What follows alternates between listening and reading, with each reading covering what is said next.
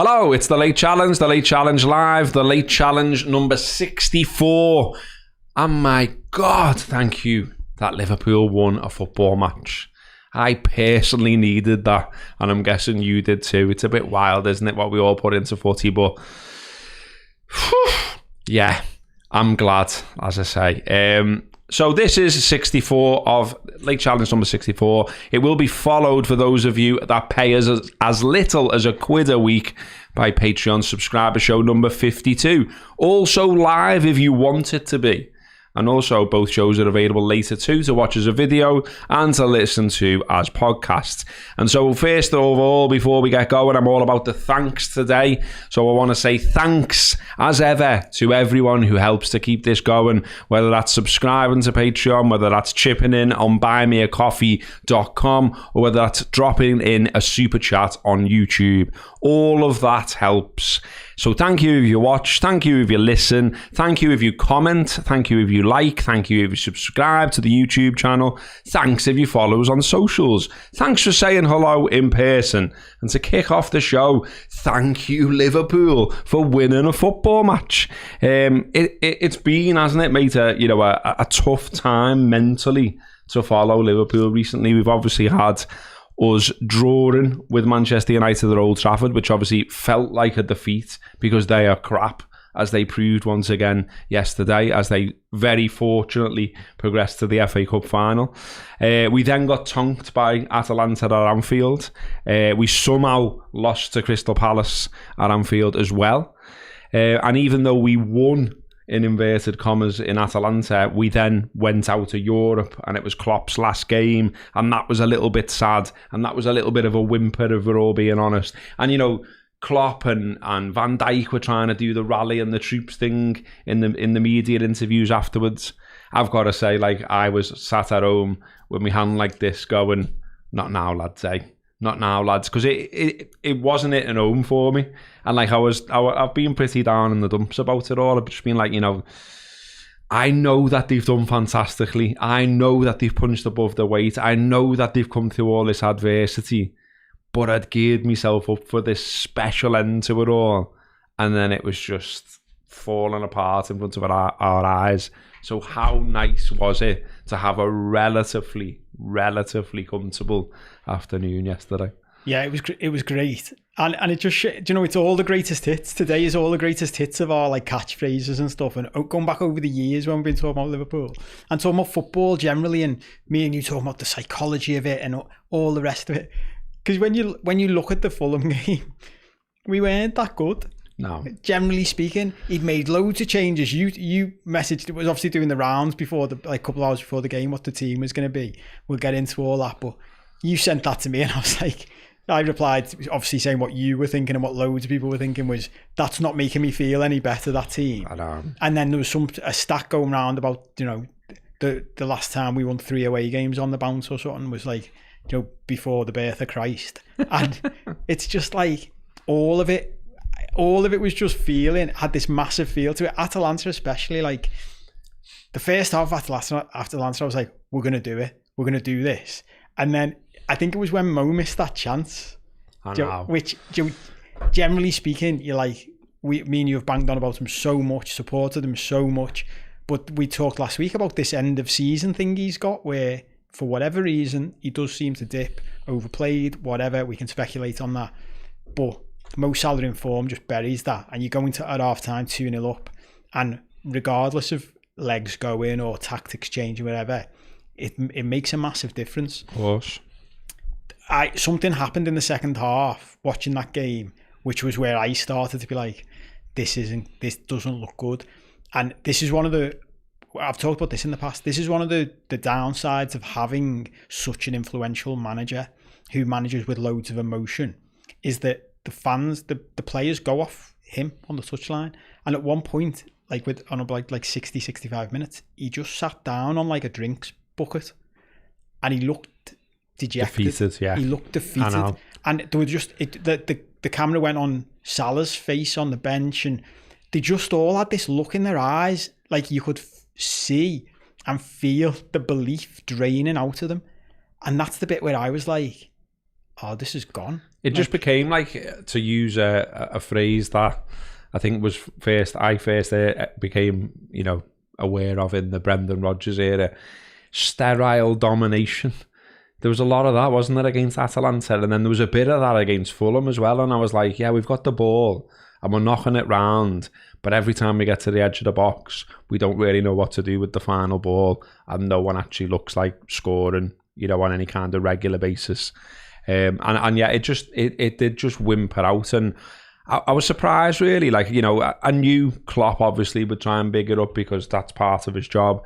I knew you'd get one of the players out doing it. But I saw some fans doing it and I just thought, it just didn't feel realistic to me, that. It wasn't a tub-thumping performance. It wasn't like, oh, we were so unlucky to go out of Europe. They had our kicks off at Anfield and we didn't take theirs off at their place. We won 1-0 with a penalty. And like you say, when Mo missed that, you're just like, oh, you've got to score that. Well, it's guilt-edged. Yeah, well, and also, it's not like, if the second half had been like the first half, and we'd have only won 1-0, maybe then still, I'd have been like, okay, but it wasn't. Like, their manager made some tactical tweaks, and it put us to bed. We looked knackered. That was the other thing. We looked knackered again. Yeah. And it just looked like all the stuff we've all been worrying about was coming to fruition. It didn't change anything other than, and this is the bit where with hindsight and with reflection, and Klopp always talks about this, he's emotional immediately after the game, but give him a day to think about it and he's fine, because we can all gather ourselves and we can all do the same thing. But at the end of the day, we won an away game 1-0, and I think that's what they were all basically focusing on. Forget everything else, right? Yeah. Forget everything. Forget that we went out to Europe. We won an away game 1-0. We kept a clean sheet. What was that stat? It was only the third time this season we've played our first choice back five. That is crazy. I know. Considering you've got the fraud down the M62 complaining about injuries when he's got 9 of his first team out on the pitch regularly. We've only played our first choice back five 3 times in a season where we're challenging for the league unexpectedly, and we were on for a quadruple up until a few weeks ago. That's unbelievable. And now when you zoom out and look at it. And now it's 2 away wins. Exactly. And now all of a sudden, I don't know about you, but I'm like, I'm not daunted. You know what I mean? I feel like I've got myself a ticket for Wednesday, and I'm like, I'm going to bounce myself there. Do you know what I mean? Yeah. I'm not like I'm not going out of duty. I'm not going there thinking, I'm thinking we can go there and win, and we can go and beat West Ham, because West Ham are just being tongue 5-2 by Crystal Palace. Moyes is pretty much certain to get off, isn't he? Like it's been, made known, and I think that, people are saying that's not helped us. It's definitely not going to help them. They've all been moaning about him for ages anyway. It's that like divisive there anyway. I can't see it's this going to. I don't think it's going to be some kind of bear pit, that ground, that R12 on a Saturday. What reason have they got to get behind him now? Exactly. Because they've gone out to Europe. If they were still in Europe with a chance of winning a second European trophy, well, you might as well stay behind until the end of the season. And he slaughtered them as well. He slaughtered them. Did you see it? He was saying, like, this is one of the worst performances I've ever seen, and all this kind of stuff. We mentioned him the other week, didn't we? Because he's been mentioned a few times since we started this show, and like we've had little conversations about him and stuff. But one of the things we've mentioned before, which it always makes me laugh when it's not our manager doing it. It just entertains me when a manager just comes out and like completely throws his own team under the bus, as if it's got nothing to do with him. Do you know what I mean? He's like, it's one of the worst performances I've ever seen. You're like, yes, mate, you're not a pundit commenting on this. You're the manager. Yeah, you're meant to get them going again. It's your job to get them playing. Yeah, I know. Mad. But after, like, going back to how we felt post Atalanta, then as you say, a team rumour came round fairly early on in the day, and it showed sort of 6 changes from the previous Premier League match, the most he's ever made. What did you feel about the changes? Did you think it was a gamble? Did you think it was a statement? Did you think, that's a bit, edgy that he's like leaving Mo out and leaving Szoboszlai out and leaving McAllister, you know what I mean? Or what did you think about, what were your thoughts when you saw it about Klopp's decision making around it?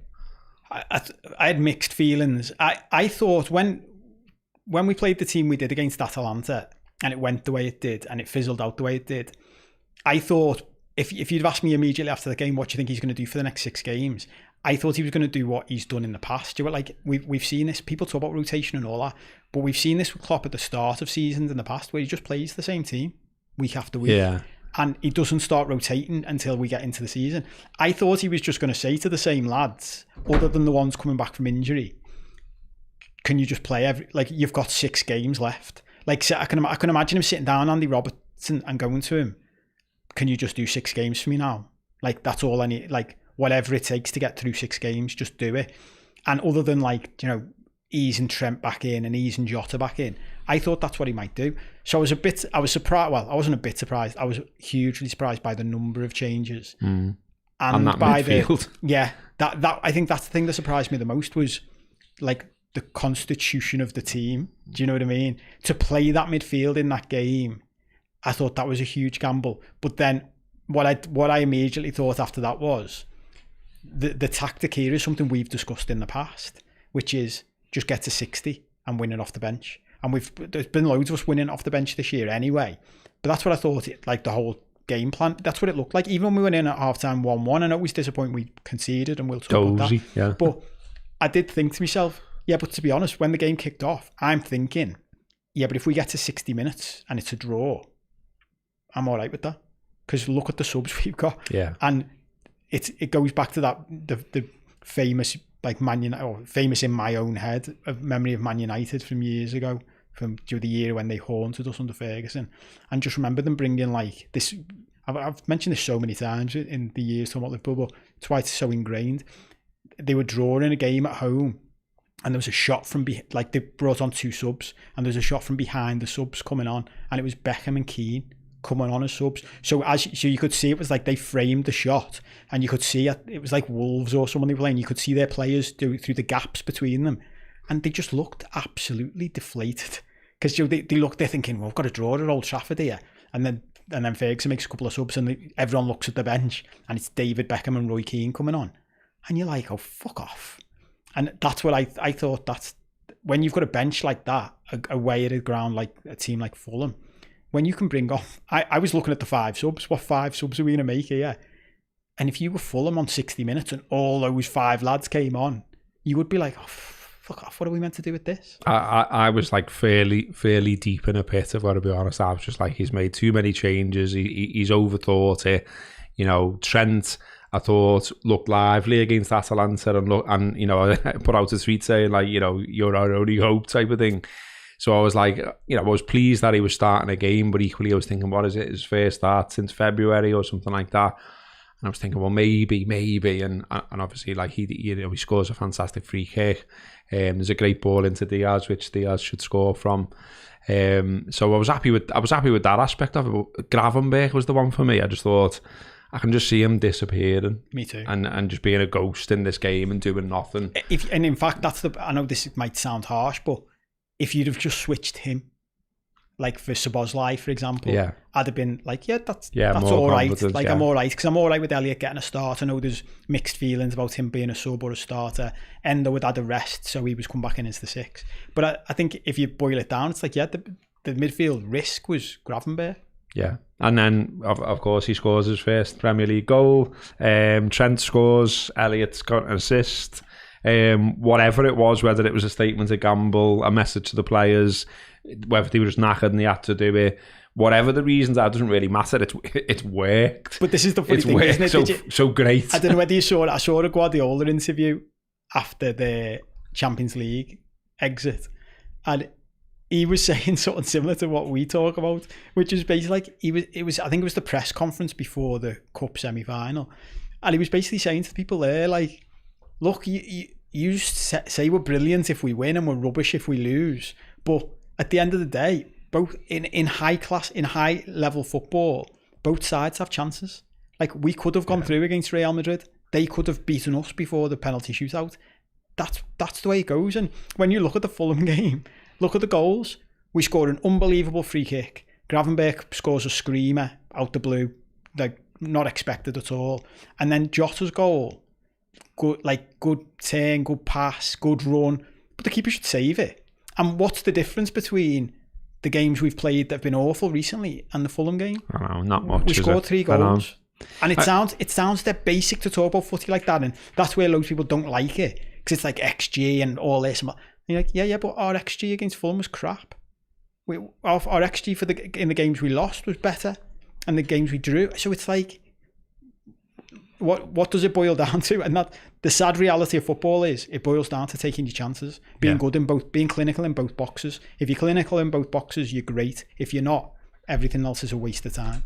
What I liked about it, though, I did think that, I did think they looked hungry. I did think, they were fighting for it, battling for it, urging each other on. There was one move, I think it was the one where it led to Gakpo forcing a good save out of Leno. You literally saw Jota like urging people to come and push, come and press high up the pitch, and I loved that, because I thought, well, it's there. They're not feeling like I'm feeling. They're not like, they've probably presented it exactly how you said before. We've won against Atalanta. We've won away from home. Okay, we couldn't pull it back, but that was a football miracle, and we didn't get one that we. Let's go here and build from that. You're all getting a chance. This is your chance. Show me you should be in the team. All of that. And I thought you saw that. I think he's like much maligned now, Gakpo, just while I'm mentioning him. I think slowly but surely he's building himself up into playing all right. Do you know what I mean? Yeah. I thought he was decent again. He's had a few good games on the run. And he got an assist, didn't he? And, he's tested the keeper a couple of times and things like that. And I know people want more, and I know people expect more and all that, but I just think, again, to talk about how football is, it's just not like that, is it? People, lose the form, lose the confidence, get affected by, outside reasons, whatever. We don't know what's going on in his life, whatever. I keep saying it and I keep banging the drum, and I'm going to do it sort of every week on here, to just be as like my anecdote to Blurt. No one in this squad is not trying. No one in this squad has got a bad attitude. Everyone in this squad is trying to win the thing. And I love Trent's interview afterwards. Just coming out saying, let's throw the kitchen sink at it. Let's win 5 games. Draws are no good to us. He even mentioned goal difference in there as well. And I was like, oh, hello. So, and I love that. Do you know what I mean? Like, I know the bookies don't give us a chance now, and we're out to about 5-1, 6-1, whatever it is. City odds on. Arsenal got a tough week this week, haven't they? Got Chelsea and Spurs at the weekend. You never know. Well, you never know. This is the thing. I am back to talking myself into it now. I am as well, because I didn't realise. I was so I've been analysing the fixture list since we won, and I thought City had a week off and then played Brighton, but they don't. City this week are away to Brighton on Thursday and away to Forest on Sunday. Now, I know that could easily be, by the time we're next doing this show, that could be two City 4-0 wins. They could stroll to that. But stranger things have happened. They're 2 tricky away games. We know what the Premier League's like. Not Forest. We're going to talk about them later. They're in a dangerous situation for us now. They've got that's a big home game for them. Brighton, tricky away game. Arsenal went there the other week and demolished them. Maybe City will do the same. But City looked knackered in the cup semi. They've had said they were. They've all said about they're goofed. They're saying they are, yeah. So they've got a few days off, but that might not be enough. This is the thing about both of them, and I started making this point last week and got lost along the way. But this is the saddest thing about the Palace game. We only need them both to drop points in one game. If we win all our 5, we only need them both to drop points in one game. My biggest fear now is, and I think I joked about this weeks ago, semi-joked about it, is that if City drop points by drawing and we win, then we're on the same points as them. It's goal difference, and they're slightly ahead of us in goal difference. If we lost the league on goal difference in Klopp's last season to them, after everything that's happened the past few seasons, I'm not sure we can do next season. I think we might just need a season off. Just jib it, yeah. Just jib it for the season. Let whoever's going to come in manage the team. Let everyone everyone swap out your season tickets for a year. Let everyone else go the game. We'll solve loads of problems in one fell swoop. Let everyone else get a go. Everyone have a year off. And just go to the park for a year. Yeah, go and play. Go to Boots on a Saturday afternoon and get a few bits. To playground. I meant to say to you at the start of this, someone stopped me in a park in Chester the weekend. Hello, mate, if you're watching. To say, Love the show. It's nice that, isn't it? It's nice that. It's good that. Well, I mean, just to do the fixtures, because we just mentioned them quickly, and there's not that many to run through anymore. Obviously, Arsenal have got Chelsea at home tomorrow, Tottenham away at the weekend. They've got Bournemouth at home, Man United away, and they finish the season at home to Everton. We, of course, have got Everton on Wednesday at Goodison Park. We go to West Ham for the early kick-off at the weekend. That is followed by Tottenham Hotspur at home, Aston Villa away, and we finish the season at home to Wolves. Do you want some more positivity from my analysis of the fixture list? Do we? So, look, we've got to get through this week, obviously. But if we finish this week with 9 points out of 9, which I've switched from going, we need to win 3 away games, to no. We've won 1 now. We only need to win 1 away game. We just need to win the derby. You win the derby, get that out the way. And I wanted to say this out loud because we talk about this all the time. Did you get on to Klopp for the first time ever? What? Acknowledging out loud that they're not just looking at one game at a time. Yeah. I was proper laughing to myself thinking, thank God one of you has admitted it finally. I know. And he said, well, when you've got, and it just made me laugh because he was like, when you've got games coming this thick and fast, you can't just look at the next game. You're like, we've always got games coming thick and fast, Jürgen, so you're always looking at more than one game, aren't you? Stop trying to kid us. But that is it. Like, beat Everton, and then we'll bounce into the West Ham game. Beat West Ham. We go into Sunday ahead of Man City, and the pressure's on them then. So the other thing then, if you've won those games, the positivity, right? Our biggest game then is Villa away. But we'd have both been playing in Europe that week, but we've been knocked out. They're away to Olympiacos on Thursday night and play us on the Sunday. So we've got a week off building up to that game, and they've got a huge away game in Europe 3 days before. So that's massive, isn't it? And then City's rearranged game with Tottenham, which is their game. It's one of their games in hand by the time, or it'll be their only game in hand going into the last week of the season, is away at Spurs. Spurs have got 2 games in hand on Villa to get top 4. So there's a good chance Spurs will have to win that game. So we basically need Villa. We need Spurs to still be in with a chance. I've been trying to think about how this could happen because we need to beat Spurs. So when we beat Spurs at home, we need Villa to drop points somewhere as well, really, because we want Spurs to be going into that game, which is midweek game last week of the season. So City have got 3 games that week, and we've only got 2. We need Spurs to be going into that game needing to win to get top 4. The thing is, I don't think you can do any more when you get to this point in the season. And look, all footy fans do it. I do it, you do it, everyone you know does it, where you look at a list of fixtures and you know some context in your head and all the rest of it, and you go, we'll win that, we'll lose that, they'll win that, and you do all that. At this time of the year, it always goes out the window. Yeah, that's true. Because like you said before, like, you know, Forest have like rattled themselves almost with this weird conspiracy theory that they've got going. You know, calling people Luton fans and all kinds. We'll talk about that later, but like, just to be clear to everyone, they've gone beyond conspiracy theory to libel. Yeah, in my eyes, it's absolutely wild. You can't call you can say what you want about like bad decisions. Just as a heads up to Notts Forest's legal team, you can't call people cheats unless you can prove it. I know they've definitely jumped the shark with that one. Like it's absolutely wild. But yeah, we are going to talk about that later. We're going to do it, but basically it's probably going to be the Patreon show by the time we get to it. But we're going to do basically like what's happening with footy and why is it going absolutely wild in every direction seemingly at the moment. Did you read? And I'm going to do that thing now where I haven't got it to hand, and I'm going to have to keep talking until I find it. But did you read the piece I sent you?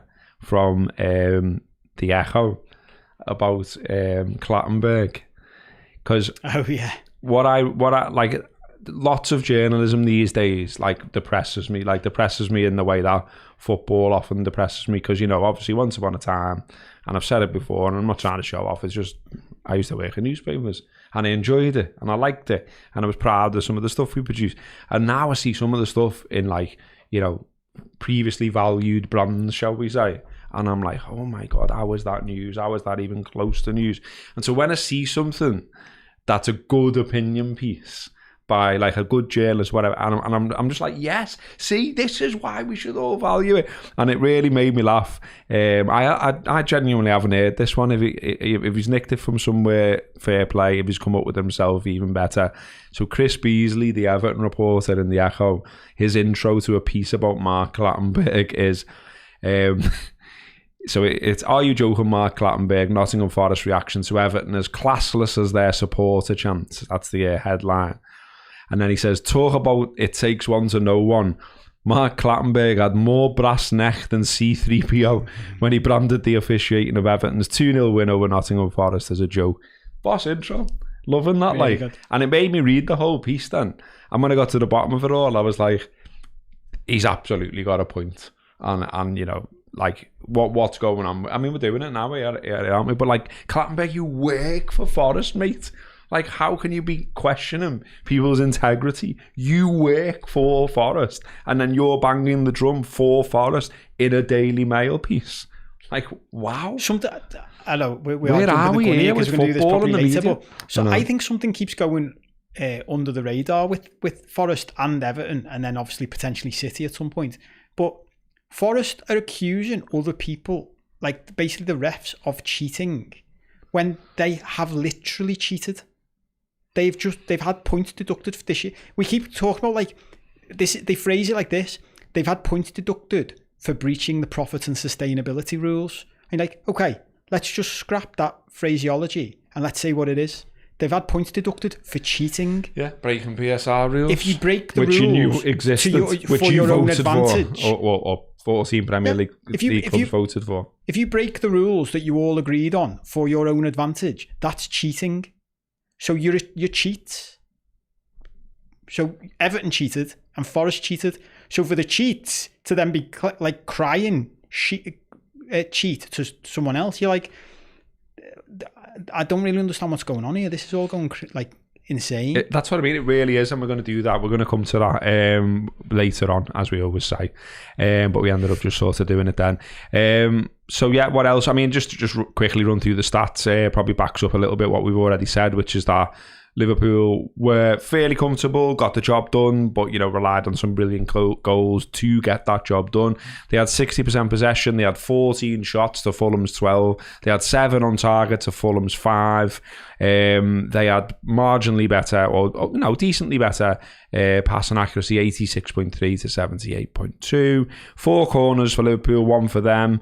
They got 3 yellow cards, we got none. And as I say, we are now 5-1 to win the league. Arsenal are 7-2, and City are 2-1 on.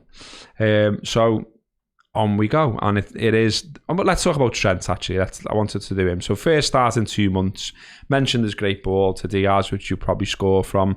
Great free kick as well. Fantastic, absolute top bin. You listened to the Neville interview. I know you did because you recommended it to me, and then I listened to it. I've actually listened to something that isn't Talk Sport, isn't 5 Live, and isn't one of the regular podcasts to listen to. So I'm made up with myself. It was good, wasn't it? Good work. It was good. Really good. I think he's matured loads. Yeah. In the past it's worth a listen. I'm not normally one to recommend anything by Neville because I just think he's a massive mank, and the mankest man alive, and everything is tainted by his mankness. But he's good in that, to be fair, and so's Trent, and it's just dead interesting. But what I'm interested in, well, there's a few things. There's the stuff he was saying about Klopp, and the stuff about where we are and all that kind of stuff. And I was kind of keeping this thinking, like, if we lose this game against Fulham, what are we talking about? Everyone's going to be absolutely down in the dumps. No one's going to watch the stuff. No one's going to listen to the stuff. We're going to be trudging to games going, But as it is, we've won. But there was stuff in there, wasn't there, that was really interesting. The stuff about, like, you know, are you, like, how do you feel about Klopp going? And he was sort of like, well, I've listened to him for 7 to 8 years. He's instilled these ideas in me. He's been brilliant for me. He's always been there for me. But equally, I'm interested, what will another voice be like in the dressing room? Yeah. What will they say? What will they do? Thought that was interesting. But before we come to that, did you hear anything in that interview that indicated to you he's getting off? So the answer to that is no. Right? No, like, profoundly. I've seen loads of people going, I was definitely getting off. It wasn't until I read your agenda, because obviously you're in the social media world more than I am. Like I only dip in to see what I want to see, and I mute everyone else and get rid of everyone else. I'm not interested. So when you said that's a thing, I was like, where's that come from? I don't think there's anything in his behaviour, in his language, in his body language that suggests anything other than Trent wants to play for Liverpool and captain Liverpool and be here for years. Why would he want to leave? I don't get it. Like, even he's mates with Jude Bellingham thing, so he'll go to Madrid. I'm like, no, the way I read it is he's mates with Jude Bellingham thing, so he'll be saying to Jude Bellingham, come and play for us after you've done Madrid. You can easily do that. Like, you're from England, come on, come back, play for this boss club, it's well better.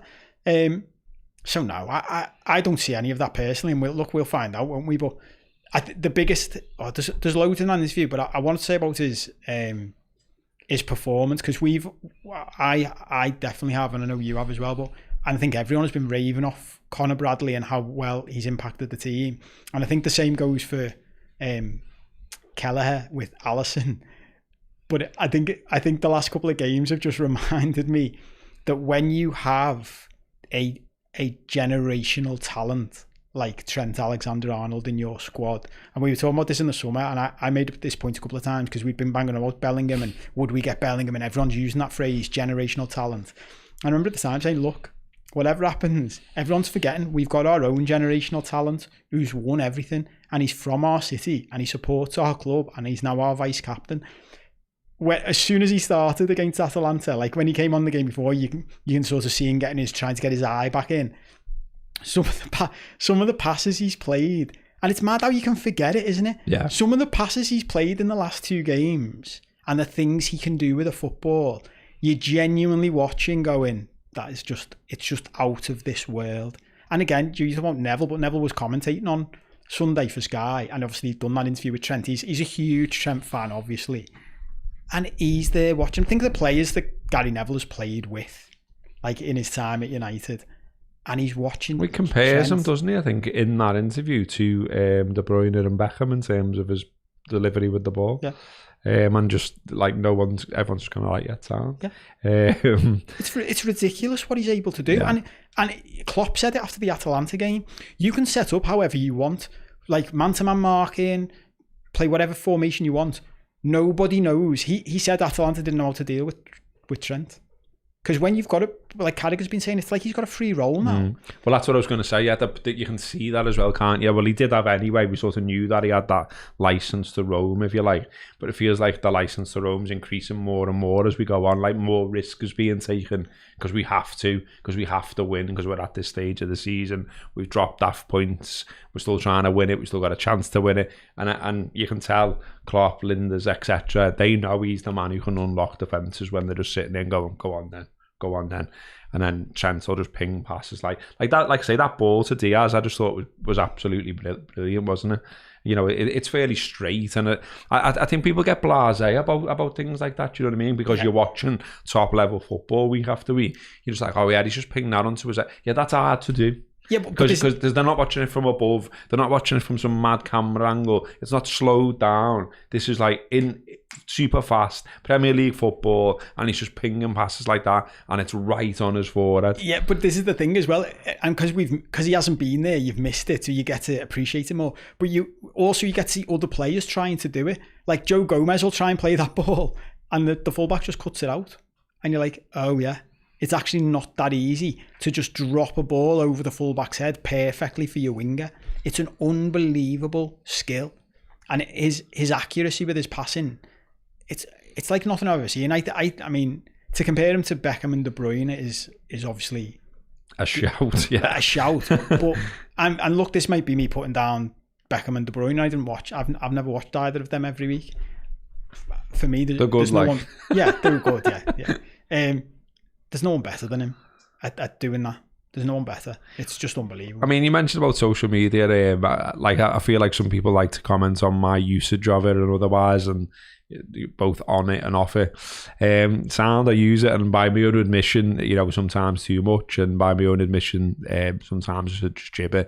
Been trying to, like, you know, not go on it as much, and, you know, climb the big hill at the weekend and things like that. But I still saw it. Like I saw a post that Alan said about some of us. You know, what's he doing slicing some of these passes and all that, and you're like, he's just come back from injury. He's finding his way in the side. He takes chances with his passing like Gerrard used to do, because if you don't take chances with your passing, you just play safe. Sides just sit there and go, come on then, and you don't win because you're not trying anything.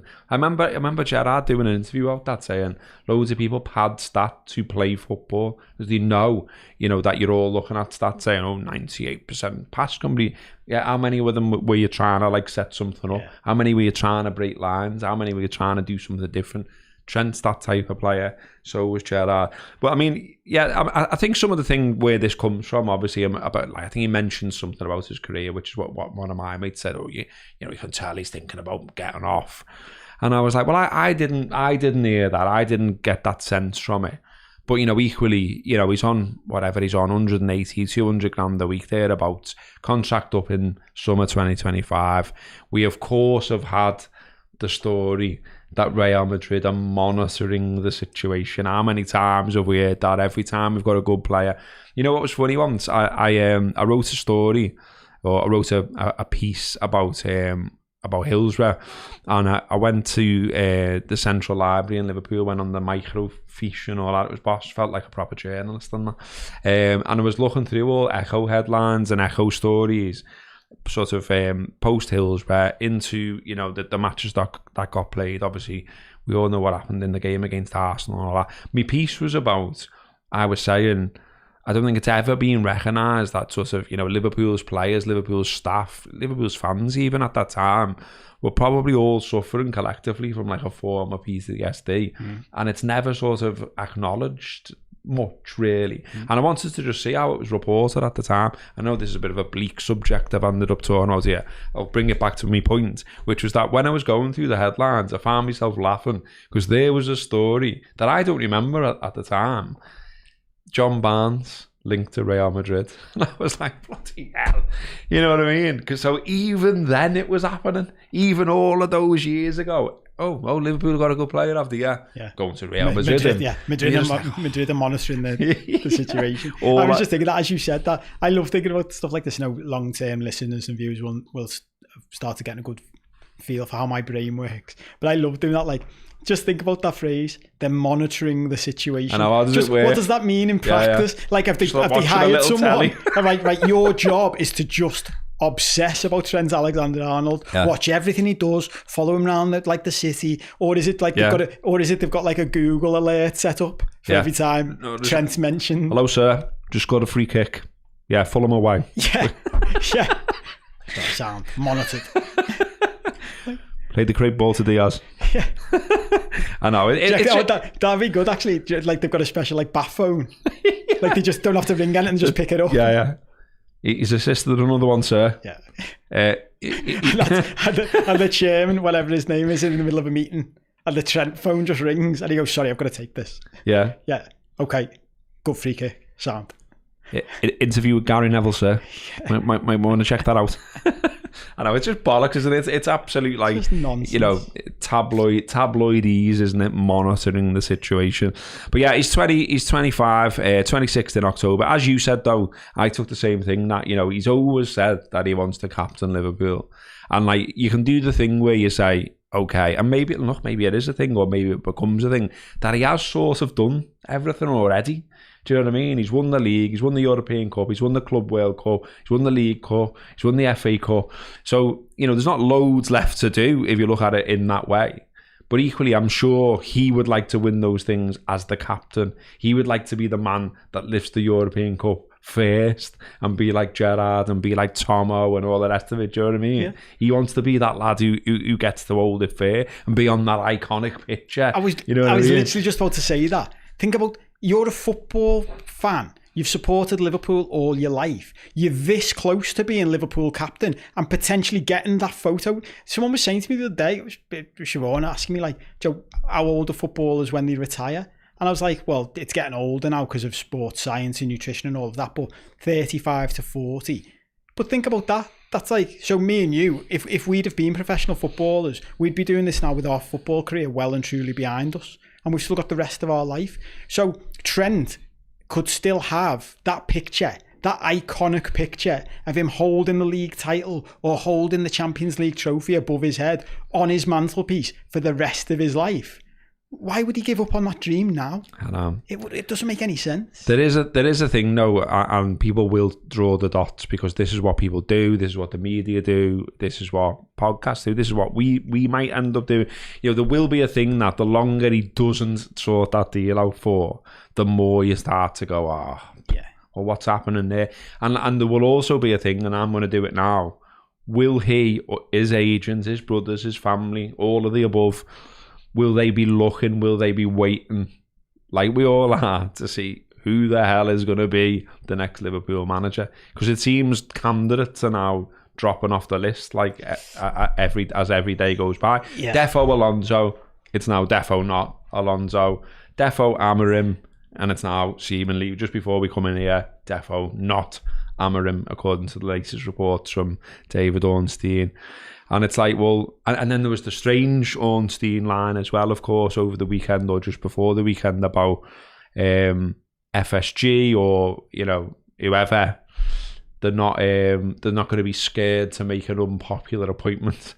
Now, going back to how I said I was feeling pre-Fulham game and my pit of despair, when I read that, I was just like, no! Like Roy Hodgson, Brendan Rodgers, you know what I mean? I was just thinking about all these times when, you know, look, Brendan Rodgers did well for a while. I don't want to rope him in with Hodgson, really. I think that's a little bit harsh. But what did happen when we appointed him is it divided the fan base. Yeah. Loads of people said from day one, he shouldn't be a Liverpool manager, and they never let it go. You know, he hasn't got the CV, he hasn't got the track record, all of that kind. I think we were pretty in unison, really, on never wanting Roy. And we've done enough content on that blade, haven't we? You don't have to cover that again. But I'd just rather, and maybe, you know, maybe it's not realistic, I don't know, but I'd just rather we got someone where everyone's like, yeah.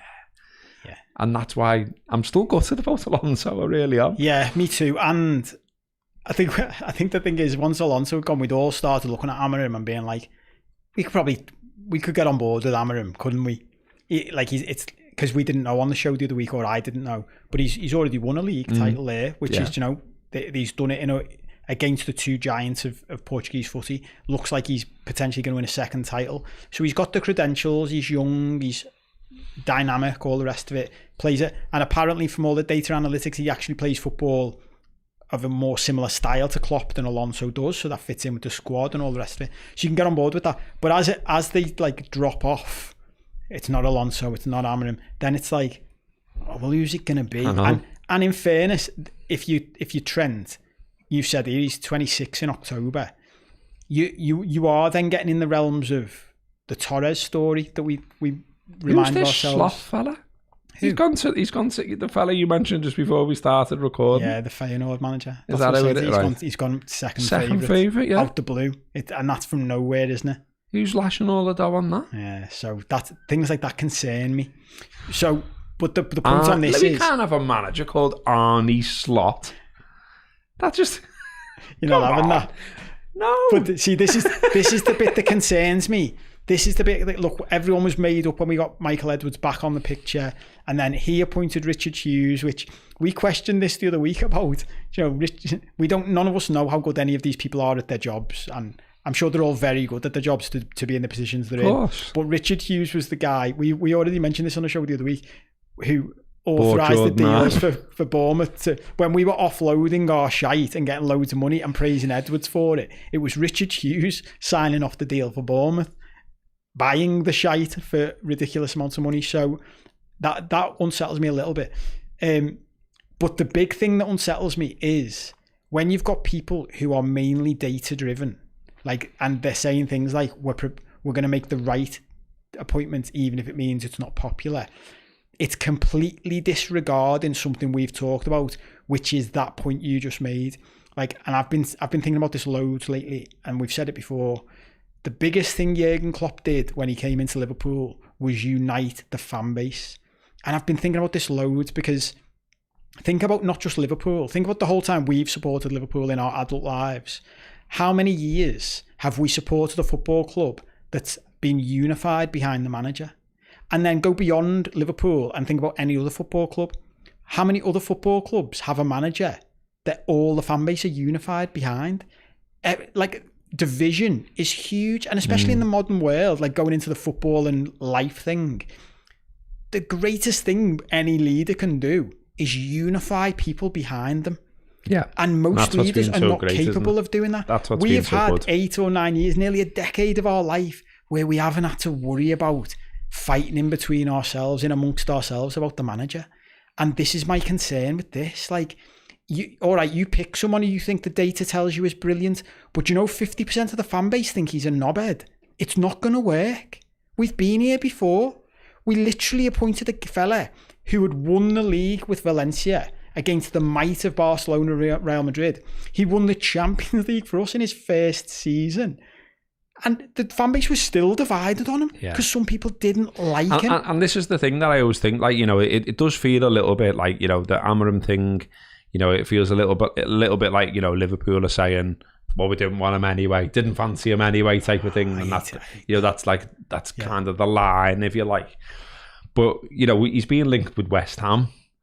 And that makes me think, well, did he shit out of it a little bit? Did he not fancy it? Did he not want to walk in the footsteps of Jurgen Klopp? Is that same thing happened with Xabi Alonso as well? He's just looking at it thinking, I don't want to be the man to follow Klopp. I don't mind coming another time, but let someone come in after Klopp, cock it up, finish out of the Champions League places, cause chaos, get sacked, and then he'll come in, and then he'll be the Messiah. And like, I was thinking of driving up here because I saw some of this latest manager news just before I left work. And as I was driving up here, I was thinking, I hope we don't have that thing.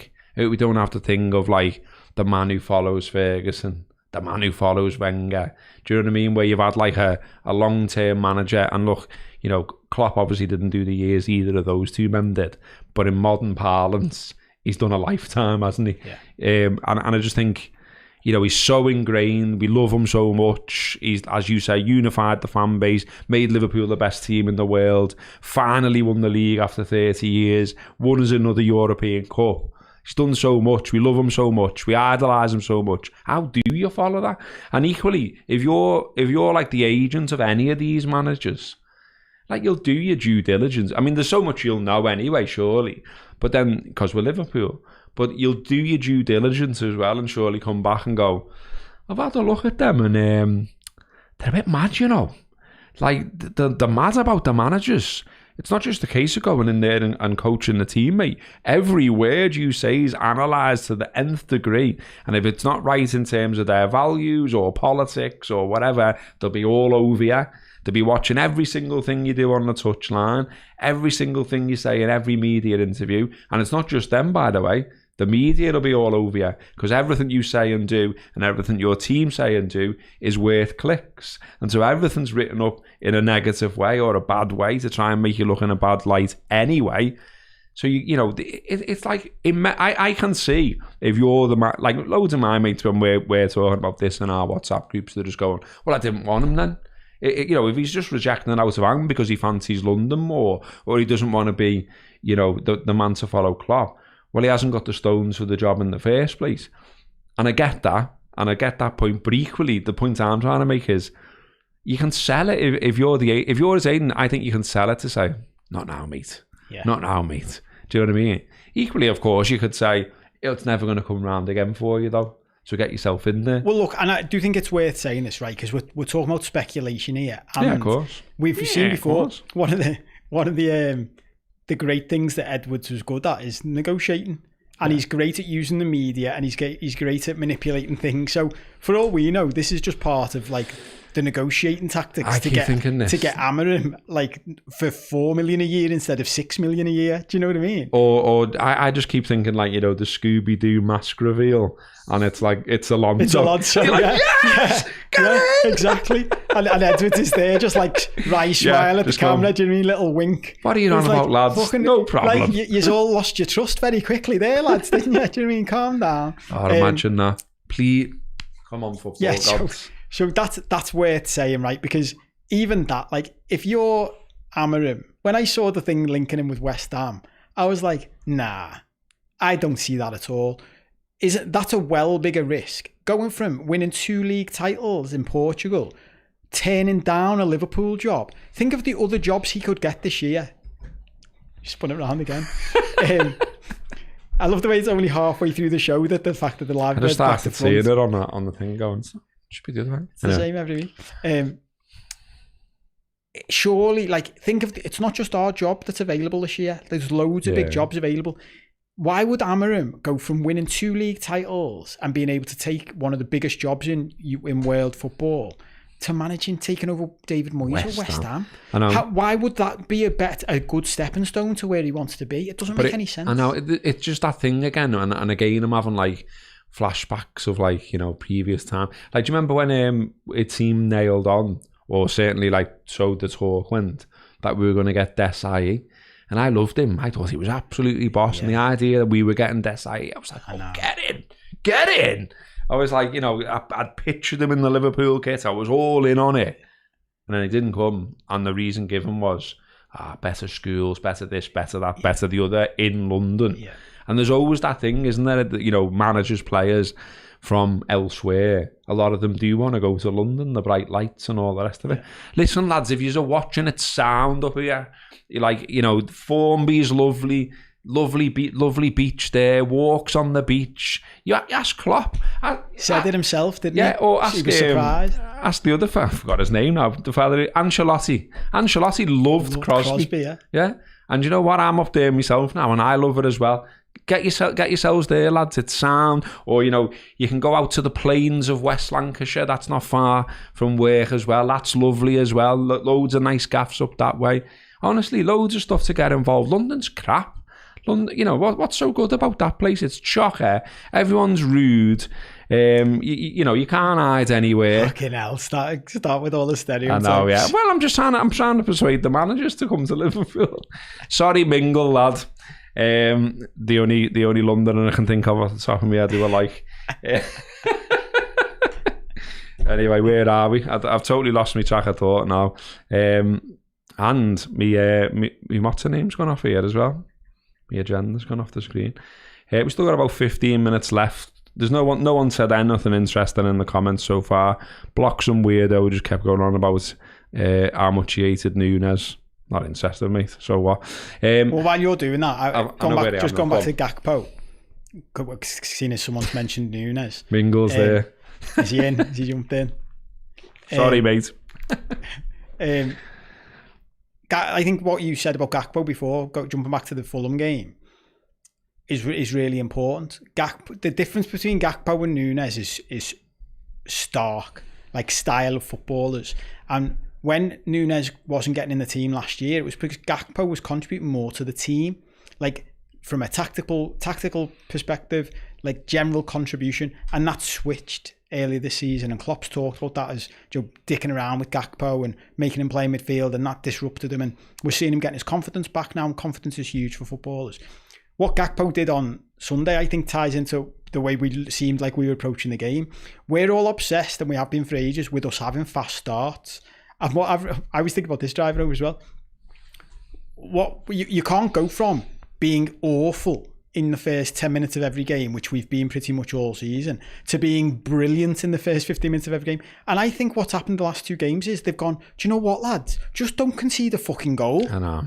Let's just start there. Don't concede in the first 5 minutes. It was great going ahead. It was just exactly. Because exactly that. Because even when they scored then, we're going in at 1-1. We're not going 1-0 down. So it's still all right. That was annoying though, wasn't it? It was like, it just felt like they really lacked nous there. But I think that's another one. And then at the end of the game, it looked different. Because it was like, we're not doing that again. Can we stop making stupid fucking mistakes when there's like 2 minutes left? There was one, wasn't there? I don't even know what the time was on the clock, but it just really made me laugh. It was almost like he was making a point. There was one where Virgil just like virtually boomed it out the ground and then just had a bit of a go at everyone. And I thought, because there are times when that sound, those old school things that we always used to hear about football, Well, the reason they got said all the time is sometimes that's the right thing to do. Yeah. You know what I mean? I get the thing about playing out from the back. I get the thing about taking risks because it leads to spaces higher up the pitch.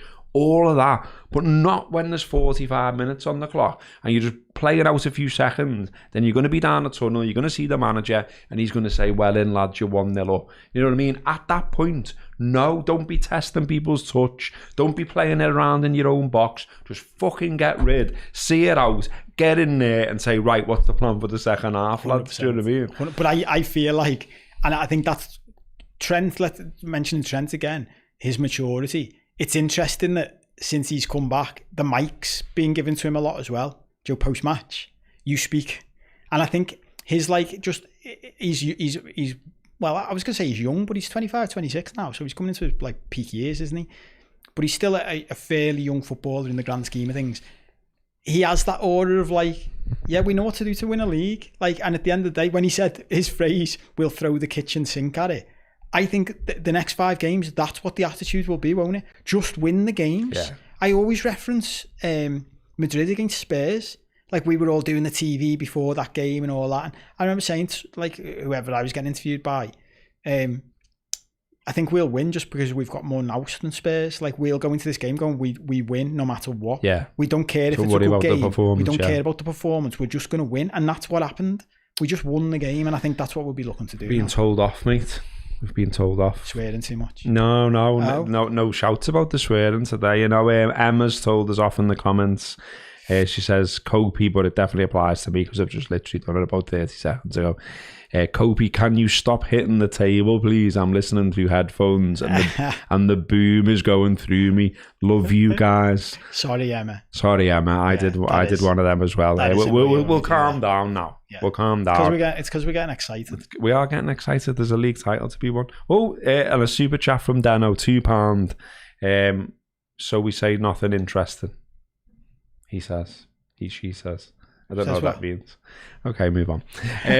So the 3 aways thing that we were all looking at, me included, and going, all of a sudden it doesn't seem that bad now, does it? Not least because we've won the last 2 away.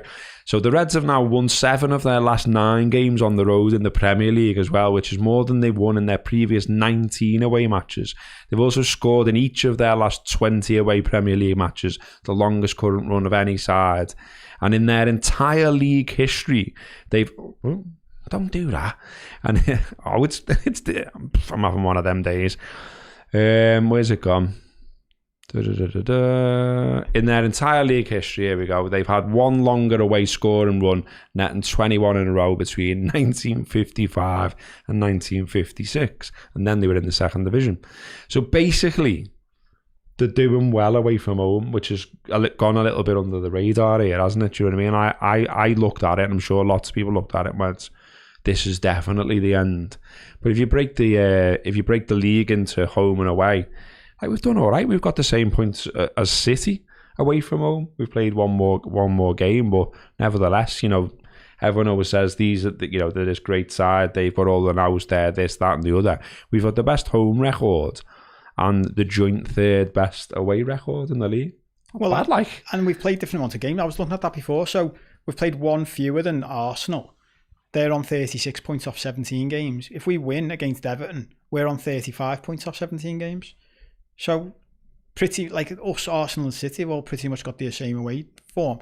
And looking at that made me laugh because I've looked at the home table and hell, and I looked at the away table. Everton have got the 3rd worst. I get what Dano's on about now, Soz. He's saying I said there was nothing interesting in the comments.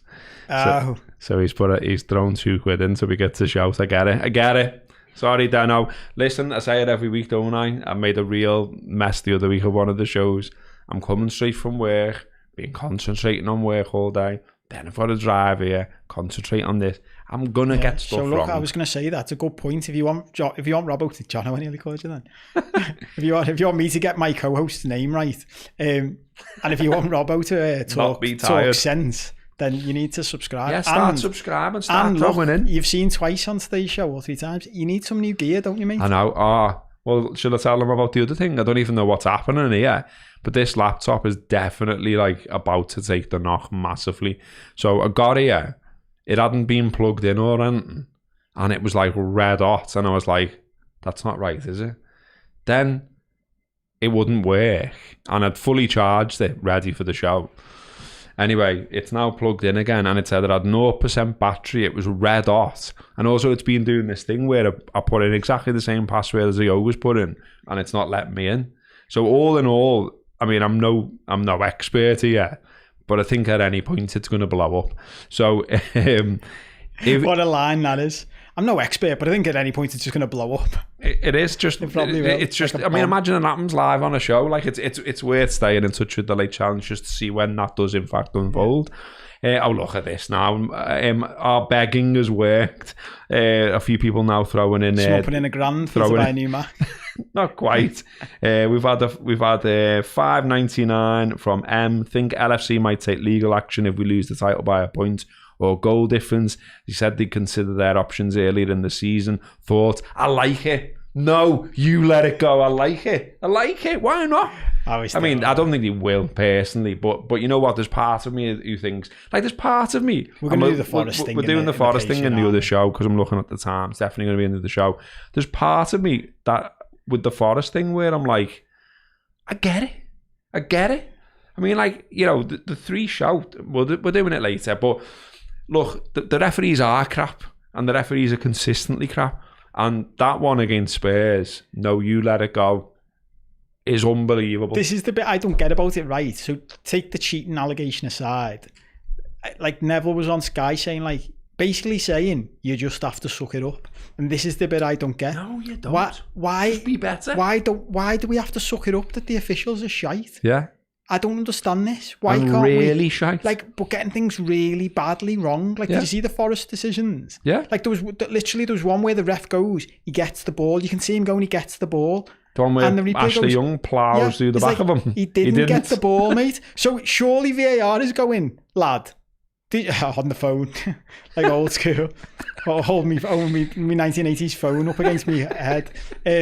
Lad, did you think he got the ball? Because he didn't, by the way.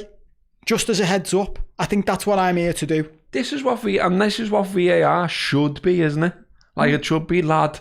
It's not right that, you know. It shouldn't Isn't be. that the point? Because again, like, you know, and again, this is something we're talking about in the next show. So if you want to sign up for Patreon, get involved. We'll be talking about, it says on my agenda, the general football, what the fuck is going on vibe. That's what the next show's called. So we're going to talk about all the madness. But that is what VAR should be. And, you know, they're trying their best to kill the FA Cup. I like the FA Cup. And what a game between Coventry and Man United. And then it's decided on like a shitty video that looks like it's come out of a Betamax with crap lines drawn across the pitch. The fella's like, you know, the fella's wearing a pair of footy boots, but it looks like he's wearing a pair of clown shoes because the quality of the frame is so bad. You haven't got the technology to be deciding that he's a toenail offside. Yeah. So don't. Yeah. Like, I was thinking this. What happened to levels on? I've heard people say this earlier in the season. Why? I thought the advantage was meant to go to the attacker. Like, so when it's as soon as they start going, right, we've got to get it down to 1 pixel. Why isn't it? Well, it's onside then. Why isn't that just the answer? Well, yeah, and also, didn't we talk about on here as well when we had a proper VAR rant show? We talked about on here where we said, I think it's in Holland, where they've got like it's got to be like 2 centimeters or whatever. You know, there's an amount of space that it's clearly off, basically. So you're not getting those, like, you know, eyelash, pube, you know, armpit, you know, whatever. Like, it's ridiculous. And to deny Coventry, like, what would have been one of the greatest FA Cup comebacks ever on the basis of crap technology and the basis of the slimmest VAR decision you've ever seen. That's just shit. But someone else mentioned... What football fan really wants that? I know, but someone else mentioned as well that, like, it might have been a tweet you sent to me. Someone did a tweet thread saying, like, and Coventry fans getting just a taste here of what Premier League fans have had to put up with since VR came in. Don't have which that. Is you don't realise now that we can't celebrate goals in the moment anymore. Because you can. Because you just get to do what we used to do, which is look at the linesman. If the linesman flagging isn't up, fill your boots with your celebration. Whereas they've got the first. Think about that. Think about what that would have been like. The end, Coventry's end. The players they've all celebrated that goal like, fuck, we've beat them. We've beat them. Uh-huh. And then all of a sudden it's like, and all nah, the players as well. haven't. You see all United players like holding their heads. The Coventry lads like, I'm going to be on the the back page tomorrow and all that. And it's like, actually, we've looked at this crap. Can you imagine when they got off the pitch and looked at how far it was given by offside by? It's like, sorry, you've ruined, like you've taken away a dream moment because of a pixelated image that we can't be sure about the frame rate on. It's insane. Apparently my battery is cooked is the general consensus in the comments. So fund Gareth's battery is the new late challenge mantra. If you want to watch the next show, all you have to do is sign up for Patreon. You can get a free trial as well, so you don't even have to spend any money. We'll immediately go, well, not immediately, in the next 5-10 minutes or so, we'll go live on YouTube if you want to get stuck into that. And we'll be talking about what's happening with footy. We're talking about the Forest tweet, talking about the FA Cup, the slow death of. We might throw some VAR in, and then I've also got a general rant in there because I know some of you like those type of things, which is nothing to do with football. It's to do with mad call centres and mad call centre chat things. I had a wild experience with one of them, which wasn't good for my middle-aged mentality. So I might get onto that as well. And yeah, classic Sean. I always say this as well. Anything that's broke ever in any scenario, whatever it might be, when the person tells you about it, just say to them, just put it in rice. And that's what he's told me to do with my laptop. So I like that, Sean, in the comments. We're going to leave it there. We have got other stuff to get into, as I say, but we'll go straight over to Patreon, or very shortly over to Patreon, and carry on. So join us over there. If you're throwing a super chat in today, thanks very much for doing so. If you watched live, thanks very much for doing so. Do look for the late challenge on buymeacoffee.com. You can throw in something there to help me buy a new laptop there as well. And look, the aim of all this is to one day make it the day job. We'd love to do a series of podcasts. I'd love to go off and do interviews with people. We'd love to make it a thing. But right now, the amount of subscribers we've got, the amount of people we've got paying us, it's not there. So if you'd like to see that happen, get involved, back us to do so, and one day we might get there. Also as well, just a shout, if you haven't seen it already, on our YouTube feed, there is me interviewing Phil Scraton, the legendary Hillsborough campaigner. That is on there, a 30-odd minute interview with him that I did at Edge Hill University. Thanks to Edge Hill University for letting us use it on our site as well as theirs. If you want to watch that, that's there for free. And yeah, we'll be here next week, similar time. If you want to just consume the free content, that's absolutely sound. Don't worry about that. And yeah, if you see us in person, say hello. And the Reds won, eh? The Reds won. Come on, it's the derby next. Come on. See you next week.